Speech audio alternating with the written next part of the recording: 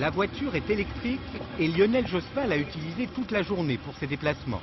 Du Conseil des ministres ce matin à l'Assemblée nationale cet après-midi.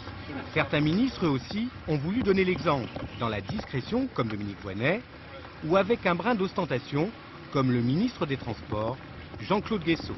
Bien sûr, il y a eu des exceptions justifiées par les intéressés. Je suis venu dans une voiture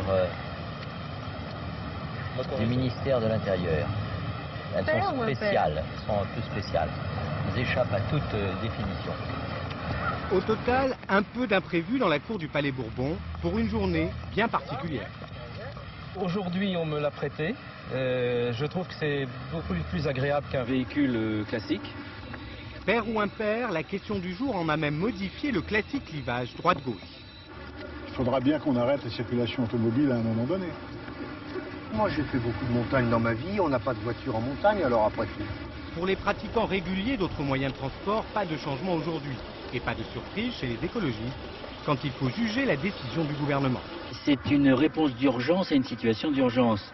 Donc c'est bien, ça a contribué à dissiper le pic de pollution. Et je crois que la lutte contre la pollution des villes, ça passe par des décisions qui sont plus importantes que le coup par coup.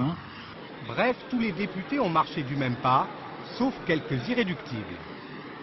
Il faut avoir deux voitures, une à numéro pair, une à numéro impair. Pour les banlieusards, c'est clair, donc il n'y a que les riches qui peuvent s'en sortir. Deuxièmement, c'est une mesure contre la banlieue, parce que c'est plus facile à régler ce problème quand on habite Paris que quand on habite la banlieue.